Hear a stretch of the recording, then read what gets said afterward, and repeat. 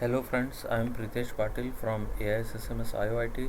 In this tutorial, we will discuss the schedules in database transactions. So schedules in database transaction.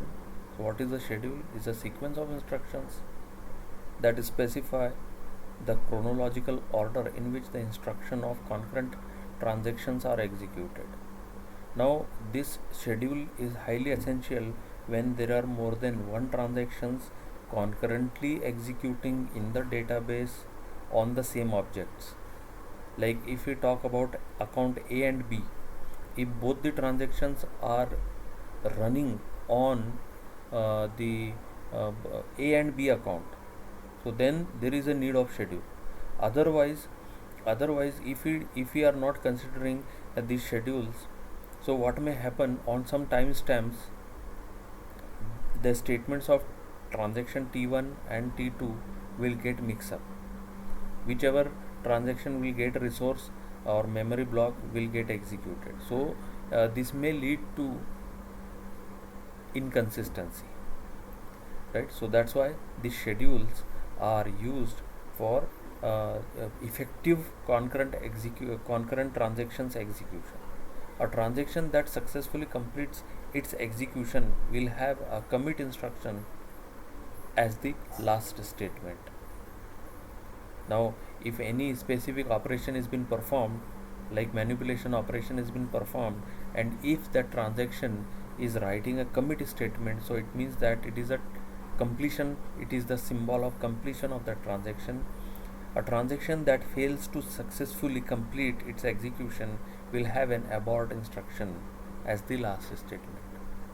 Suppose while withdrawing certain amount from ATM through debit card, if due to certain reason like power failure or system high resource consumption by the system, and due to that your current transaction got interrupted, so it should be immediately aborted. So abort is the termination of the transaction. So consider two transactions T1, which is to transfer rupees 50 from account A to B, and transaction T2, which is the transfer of 10% of the balance from A to B.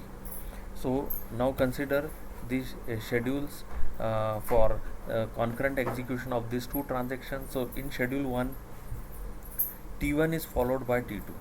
So now T1, in this we have to transfer rupees 50 from account A to account B.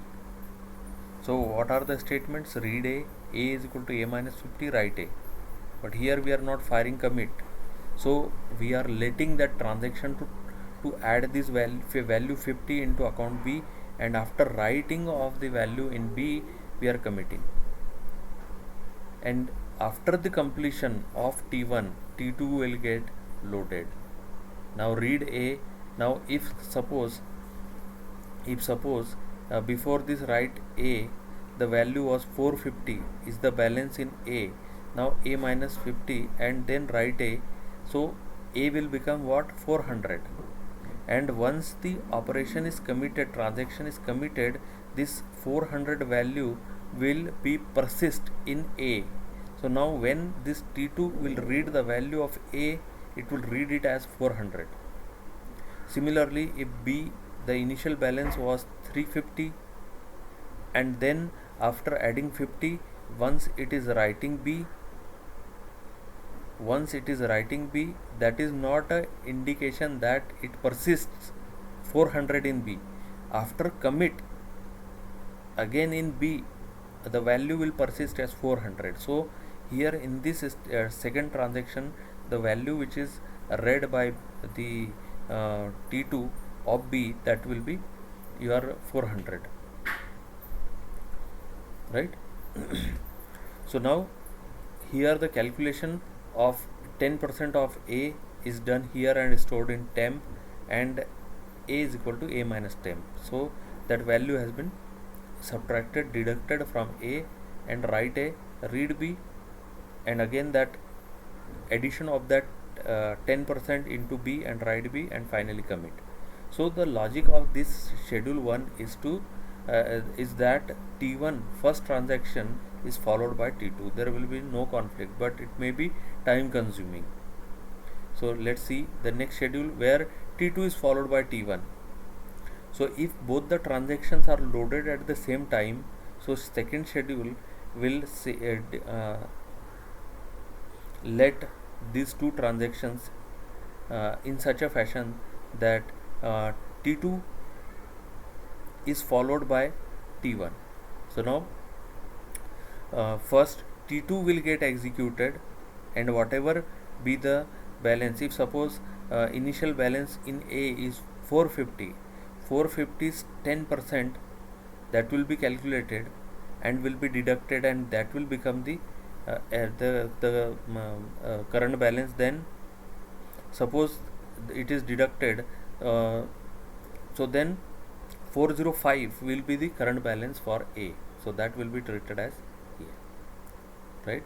And then the calculations will be made, and after commit the the overall execution of concurrent execution of transactions will be completed. In next schedule, let T1 and T2 be the transaction defined previously, that for transferring the amount 50 from A to B and 10% from A to B, like this. The following schedule is not a serial schedule, but is equivalent to schedule 1. How? Because the values are getting calculated. You see, read A, the first block which is performed on the operation on A, that A minus 50, and write A. Then read A and calculate the 10% and deduct 10% from A and write A, right?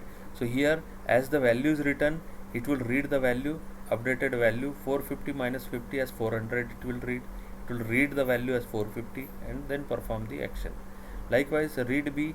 Now B's balance is 350, and then as here in this transaction, the value of B is read, and then the value 50 will be added to B and write B. So now 350 plus 50, 400 is the value.